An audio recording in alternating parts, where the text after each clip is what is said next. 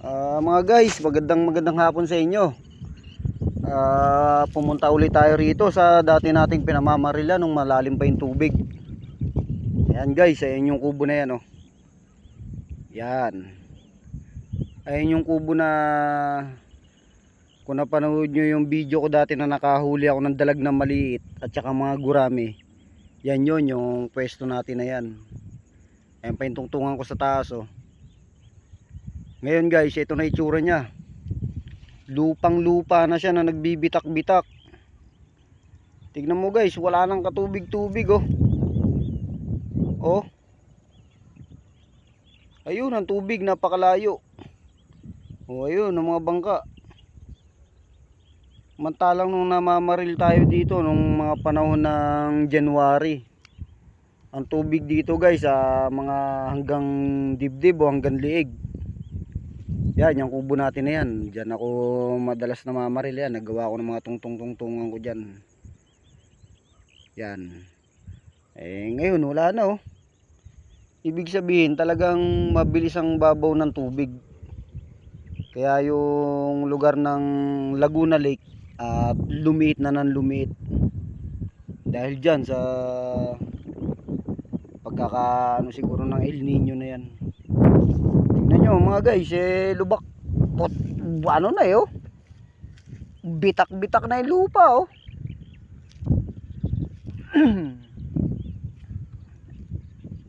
Oh, halos lahat, oh, hanggang dun, oh. Napakalaki ng binabaw ng tubig ngayon. Medyo matagal-tagal na ako nandito, pero ngayon lang na nangyari tong taon na to na ganito na sobrang babaw talaga. Yan yung papunta ng tabi. Yan. Dito na tayo dadaan. Sumilip lang ako at naalala ko nga yung pinamamarilyan natin nung malalim pa yung tubig. Talaga palang napakababaw na at bitak-bitak na yung lupa. Ito na yung mga kangkong, oh. Wala na, hindi na rin napapakinabangan yung mga kangkong namin na nandito gawa nang wala nang tubig. At isa pa puro baging na rin siya. Hindi na rin mapipitasan.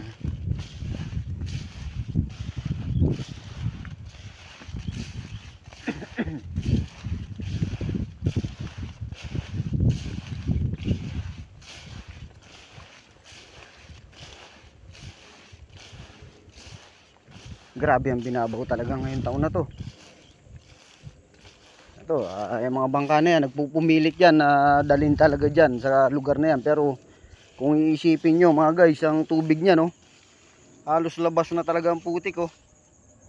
Oh, tignan nyo yan, talagang kaysa doon ka manggagaling sa dulo na yon na ahakutin mo simula ron hanggang doon sa papunta ron sa Kati na yun. Ang layo niyan guys, yan, ang layo niyan.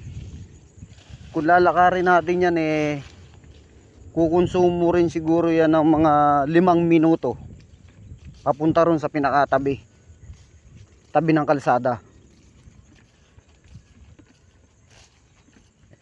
Ganun talaga hanap buhay. Yan ang araw-araw naming hanap buhay mga guys dito sa Taytay, sa larangan ng mga paggugulay. Mantalang nung mga nagdaang buwan may mga kangkong to guys. Yung mga kangkong ko nandito nakalagay yan. Puro kangkong yan. Ayun na yung bangka nilang mahaba. Ang bangka ng kumpare ko hindi na nakuha at gawa ng natuyuan wala ng tubig.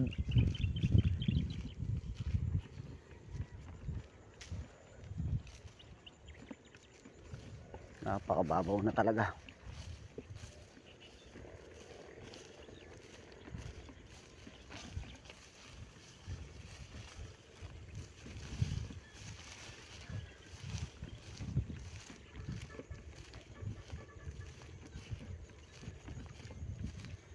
Ito na ang kubo na pahingahan ng mga kasama kong mamimitas.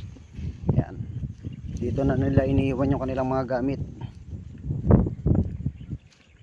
Ngayon, ito naman yung tinataniman ko rin na kangkong nung malalim ang tubig. Ngayon, ang nakatanim guys, puro ampalaya na.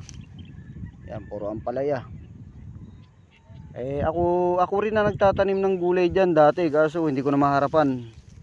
At nag-focus na tayo dun sa tubig. Sa kangkong na tayo. Hindi na tayo nakakatanim ng talbos. Yan, yung mga gulay na yan. Ampalaya, okra, talong. Kung papalarin siguro, baka sa mga susunod na taon ulit. Kung may panahon pa. Tingin ko wala na siguro, baka doon na lang tayo sa dagat. Magkangkong na lang muna tayo. Isda. Maalok tayo ng mga isda para libre na pangulam.